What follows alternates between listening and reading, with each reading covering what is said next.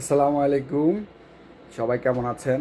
সবাইকে পবিত্র জুম্মা মোবারক। রেডি হয়ে গেলাম নামাজের জন্য। আল্লাহ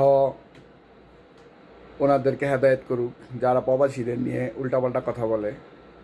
প্রবাসের মাটিতে কাজ করি পয়সা পাওয়া যায় না, কাজ করলে অনেকে পয়সা ঠিক মতন পায় না, মাস শেষে বেতন পায় না। কিন্তু আমাদের দেশে অনেক ভালো ভালো মানুষ আমাদের নিয়ে উল্টাপাল্টা কথা বলে, বলে আমরা নাকি কাম চুরি করি, এই জন্য বিষাবদ্ধ করে দিছে।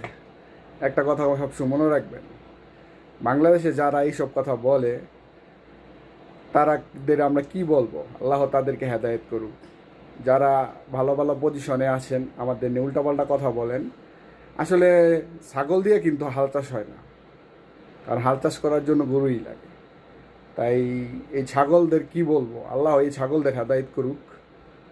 এবং প্রবাসীদের কত প্রবলেম, কত সমস্যা, এটা নিয়ে কথা বলেন না, এটা নিয়ে কথা বলে না। প্রবাসীরা নাকি বিদেশের মাটিতে কাজ করে না, কামচুরি করে।